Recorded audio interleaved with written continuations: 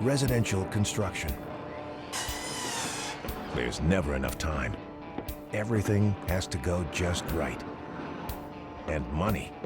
You gotta make every penny count. But maybe it's time to think about something else.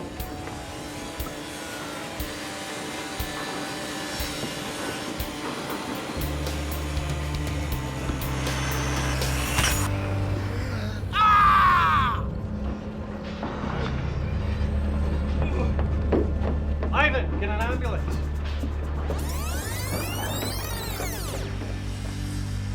If you start to veer off your cut line, don't try and force the blade back on line. This creates pinch points, which may cause the saw to bind and kick back. Always support the wood you're cutting. If the wood is not supported, it'll bind on the blade, causing pinch points, jamming, and kickbacks. You're a pro. There's always time to do it right.